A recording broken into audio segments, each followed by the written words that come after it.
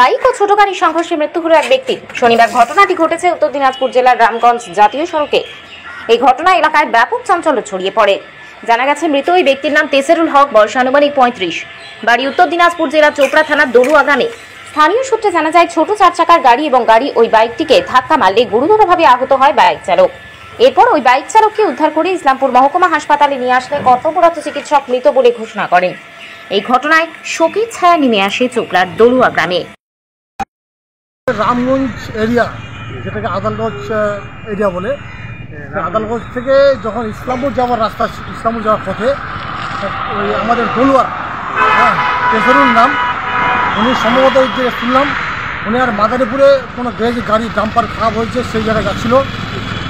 তো এইদিকে যাওয়ার পথে আমার পিছন দিকে একটা 4 চাকা উঠে ঠুকেছে।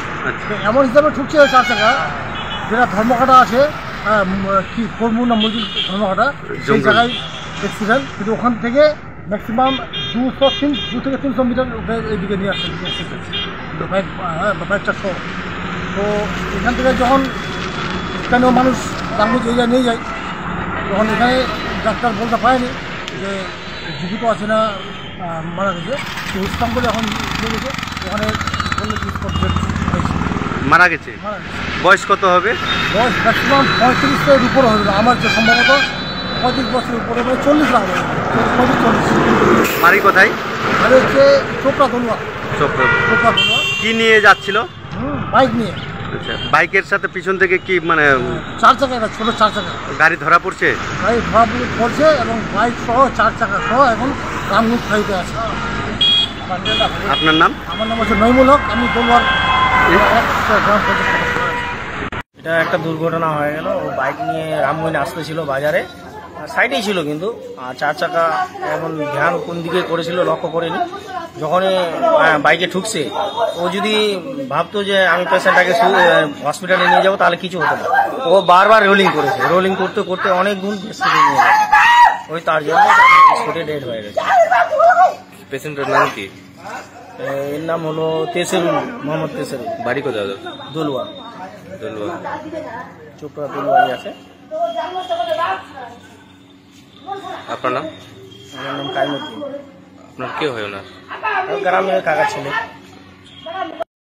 একটা বেলিনো গাড়ির সঙ্গে হয়েছে একটা তোমার ওই বাইকে।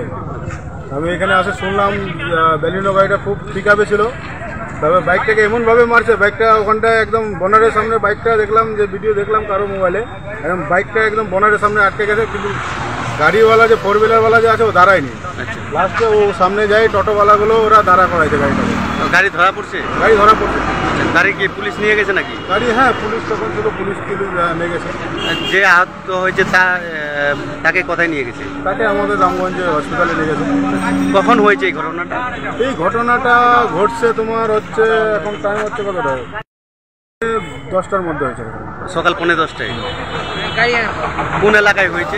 এটা আমাদের রামগঞ্জ বাস স্ট্যান্ডের কাটার পাশে হয়েছে, ধরম কাটার পাশে। আপনার নাম? আমার নাম তনু বসা। সামনে বাইক ছিল, আচ্ছা, পিছনে মালতীরা ছিল, ফুল স্পিডে আসে বাইকটাকে ঠুকে দিচ্ছে। বাইক আর মারুতির মধ্যে অ্যাক্সিডেন্ট। আমি ওইটাই দেখলাম, আমি তো পুরী ভাসতেছিলাম, দেখলাম যে একটা শব্দ হলো, বাইরের উপরে চলে আসলাম, আমি দৌড়াই, দেখি লোক পড়ে আছে, দেখলাম যে ওটা আবার উঠাই নিয়ে গেলাম হসপিটাল। তারপরে কি হচ্ছে ওখানে না হচ্ছে ওটা বলতে পারবো না। কেমন আছে যে যাকে লাগছে, কেমন আছে? যখন নিয়ে গেলাম তখন তো ভালো ছিল, এখন যে কিরকম আছে সেটা বলতে পারবো না। যে অ্যাক্সিডেন্ট হয়েছে কোথাকার, বাড়ি কোথায় তার জানেন? ওটা তো আমিও জানি না, এখন সবাই বলতেছে দলুয়া। আচ্ছা, অবস্থা কি খারাপ আছে? পুরো খারাপ আছে। দেখলাম তো এটা ওর অবস্থা মানে অত ভালো নাই। আপনার নাম? মফিজ আলম। কোন এলাকায় অ্যাক্সিডেন্ট হয়েছিল? রামগঞ্জ। 31 নং জাতীয় সড়কের উপরে।